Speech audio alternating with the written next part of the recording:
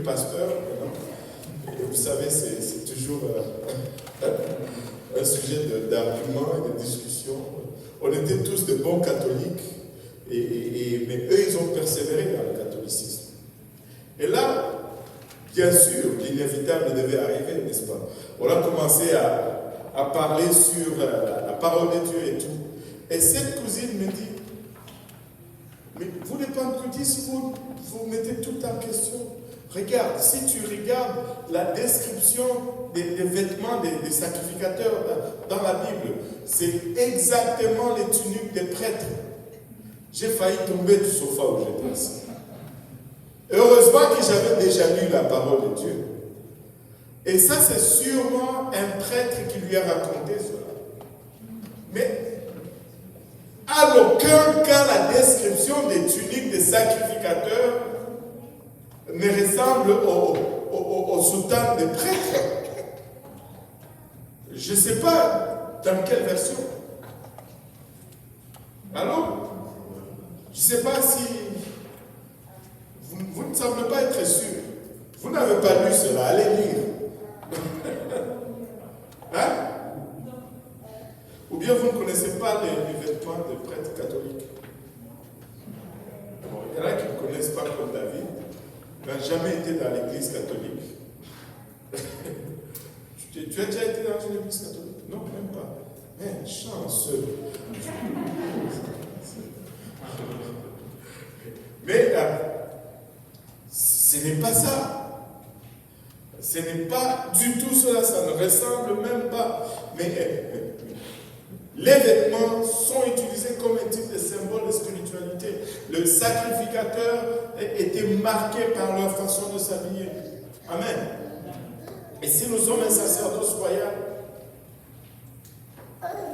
nous devons nous habiller en accordance.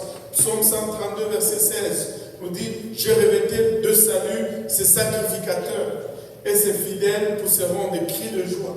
Psaume 132, le même psaume, le verset 18 nous dit, je revêtirai de honte ses ennemis, et sur lui brillera sa couronne. Et deux cas, deux différents, mais deux situations différentes, mais tous se réfèrent à l'habillement pour décrire un symbole spirituel ou de la spiritualité.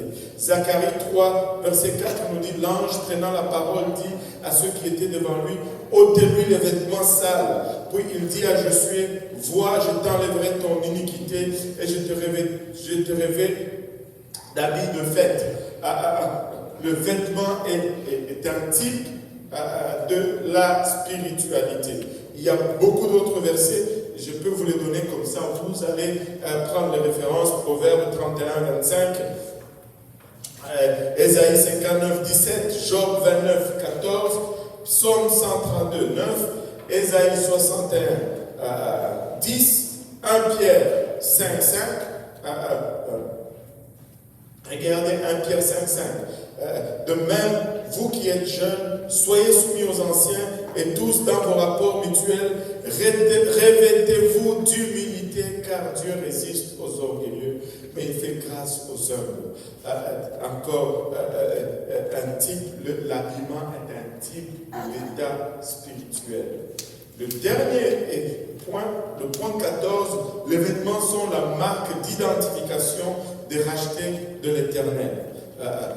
Dans l'éternité, nous allons être identifiés par nos vêtements. Regardez Apocalypse 4, 4. Autour du trône, je vis 24 trônes, et sur ces trônes, 24 vieillards assis, revêtus de vêtements blancs, et sur leurs têtes des couronnes d'or. Écoute, dans une description de 24 vieillards autour du trône, il prend le temps d'insérer comment ils étaient habillés. Et toi, tu veux me faire croire aujourd'hui que l'habillement n'est pas important.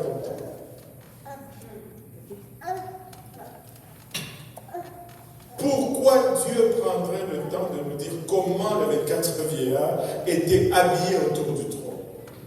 Si ce n'est pas, ça ne compte pas pour lui. Oh! Alléluia.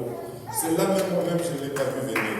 Alléluia. Apocalypse 7, 9. Regardez Apocalypse 7, 9. Après cela, je regardais et voici, il y avait une grande foule que personne ne pouvait compter. Alléluia. Tu peux dire peut-être que cela, c'était autour du trône, mais regardez ceci. grande foule que personne ne pouvait compter, de toute nation, de toute tribu, de tout peuple et de toute langue, ils se tenaient devant le trône et devant l'agneau, revêtus de robes blanches et de palmes dans leurs mains. Encore une fois, quand il nous montre la foule de tous ces rachetés, il nous dit exactement comment ils étaient habillés. Waouh! Waouh! Il prend le temps de nous dire comment ils étaient habillés. Apocalypse 19, verset 8.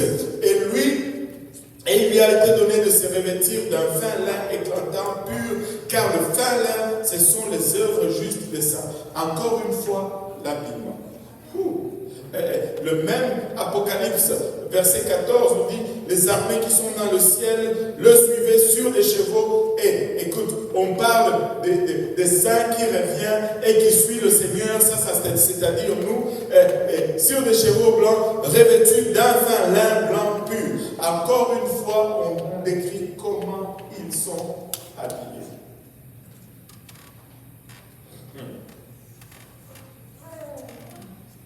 Wow. Dieu est intéressé dans notre habillement. Amen. Dieu est intéressé dans notre habillement. Ce n'est pas un fait du hasard. Regardons quelques points juste de considération finale pour mettre un terme, on va dire, temporaire sur l'habillement. Amen. Et c'est sans équivoque. Dieu est intéressé dans notre habillement. C'est sans équivoque. Notre habillement est très significatif. Et c'est sans équivoque que notre première motivation dans l'habillement doit être d'abord à se conformer au plaisir de Dieu et non au plaisir personnel. Amen.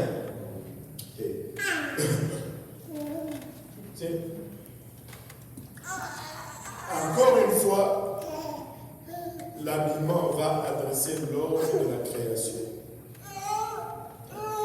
L'homme et la femme ont été créés différemment. Et Dieu les aime les deux pareillement. Amen. L'homme et la femme ont été créés par Dieu avec des émotions différentes, des désirs différents et des atouts physiques différents. Par exemple, l'homme peut soulever peut-être un poids de 150 kg. Bon, pas tous. Mais il ne va pas être capable de porter 3 kg pendant 9 mois. Alors, la femme ne peut peut-être pas soulever 150 kg, mais elle peut porter 3 kg pendant 9 mois de suite. Donc, nous avons des atouts physiques différents. Nous avons des désirs différents. Nous avons des émotions différentes. Il y a quelques jours, je pense, il y avait un débat à la maison. Mon fils Jonathan et sa sœur Sifa étaient en train d'argumenter. Argumenter, c'est peut-être trop, mais ils étaient juste en train d'échanger. Jonathan n'arrivait alors pas du tout à comprendre le raisonnement féminin. Je ne sais pas si maman s'en souvient.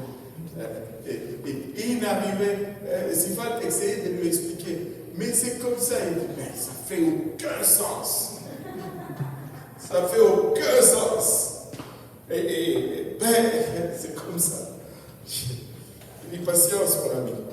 Alléluia. Dieu déclare dans sa parole qu'il veut que nous maintenions cette différence. Non seulement il faut que nous maintenions cette différence, mais nous devons célébrer cette différence. Nous devons être contents qu'une femme soit une femme et reste une femme. Et qu'un homme soit un homme et reste un homme. Ça doit nous réjouir. Amen.